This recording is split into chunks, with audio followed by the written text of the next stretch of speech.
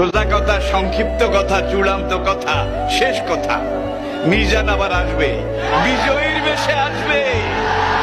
এই দেশের তাওহীদি জনতা এমন ইতিহাস সৃষ্টি করে তাকে আলিঙ্গন করবে ইনশাআল্লাহ।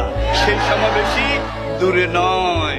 আল্লামা লুৎফুর রহমান রাহিমাহুল্লাহ চলে গিয়েছেন আমাদেরকে ছেড়ে। তিনি বলতেন, ইনশাআল্লাহ মিজান আবার আসবে। হুজুর, আমি তো আসলাম, আপনি তো আমাদেরকে ছেড়ে চলে গেলেন। আল্লাহু আকবার, আল্লাহু আকবার, আল্লাহু আকবার।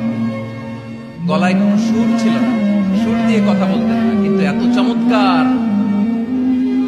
শব্দের গুণ, এত চমৎকার প্রেজেন্টেশন, এত চমৎকার ভাবে ঐতিহাসিক বর্ণনাগুলো তিনি উপস্থাপন করতেন। মন্ত্রমুগ্ধ হয়ে আমরা আল্লামা লুৎফুর রহমানের কথা শুনেছি।